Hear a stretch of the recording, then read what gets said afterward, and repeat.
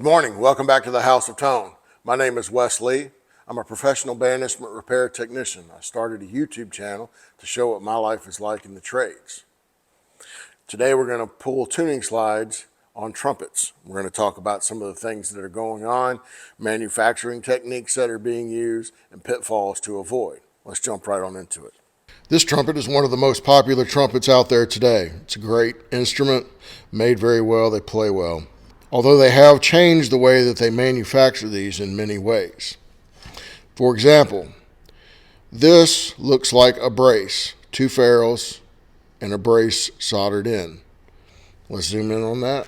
This ferrule and this ferrule are actually not soldered, and the tuning slide is all one piece. This is all one bend, and then the ferrules are pushed on and the brace is soldered. What happens, they sell these tuning slide pliers. A lot of times people will come in and then they will hammer against this, and all they do is push this ferrule down onto the slide, and then they have a bigger problem. This particular instrument looks like someone hit it here, this moved, and thankfully they stopped. So we're going to show some ways to get around this. The number one thing to do with any frozen slide is penetrating oil. Let it set. Penetrating oil and time. From there, you start having to get a little more aggressive. We've already established that you can't hammer on these ferrules or this brace because they'll just move. This is where we make forms.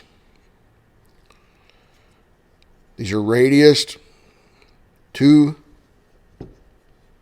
the tuning slide.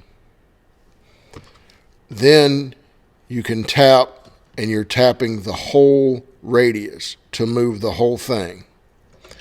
You don't scar up the tuning slide crook. Leave all of these in place. So in this job, we're going to tap this ferrule back to where it's straight.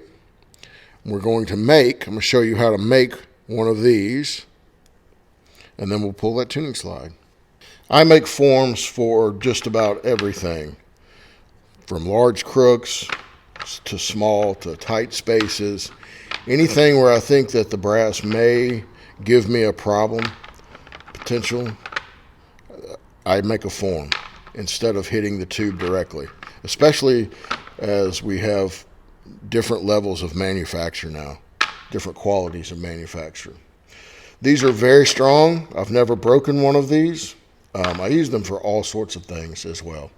So to do this, we use moldable plastic.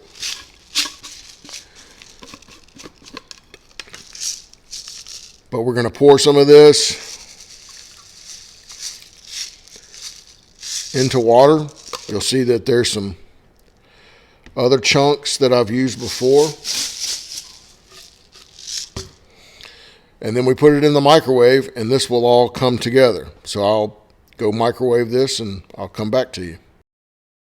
And you see how it turns clear when it's ready. Now I'm going to dig some of this out. It took 4 minutes on my little microwave.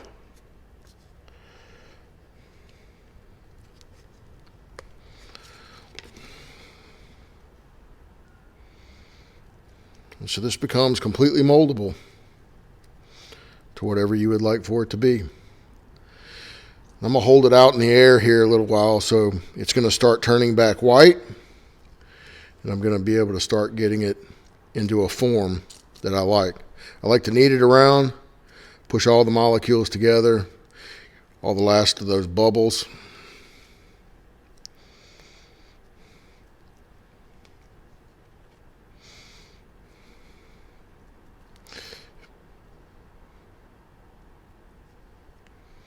Stuff is just amazing. It's so fun to play with.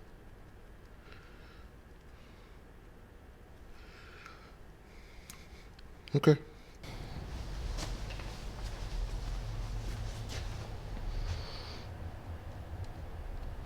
I like to make my forms a little heavy on the top.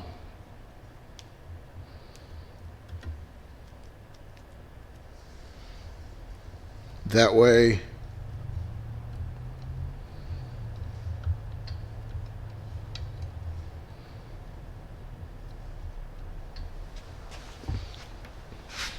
That way they don't fall through when I'm tapping on them. Okay, we got too much.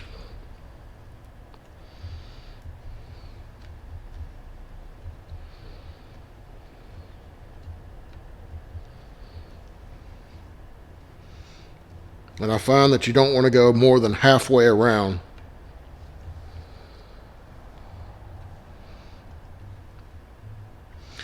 But after this hardens, you can cut it, you can grind it, you can use fire to melt it to what you want.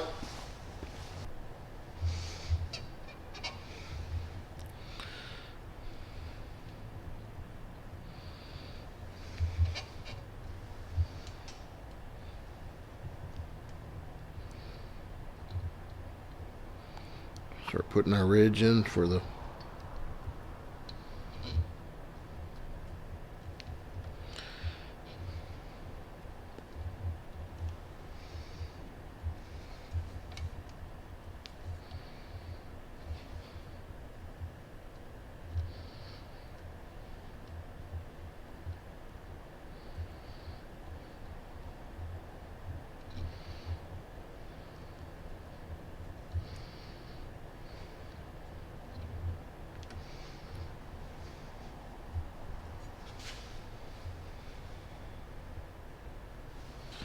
and to kind of help it along, I like to pour a little cold water on it.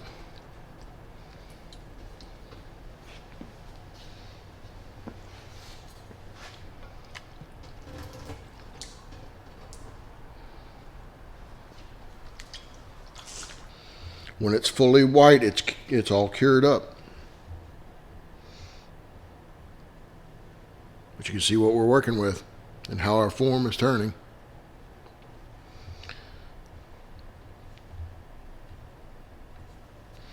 So I'm going to let that cool. Here it is.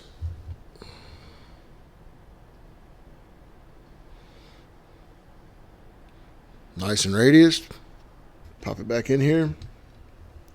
It's not just going to fall out. Now let's see. I want to move this first.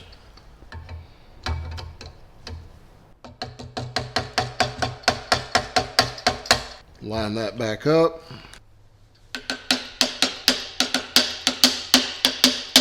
There we go.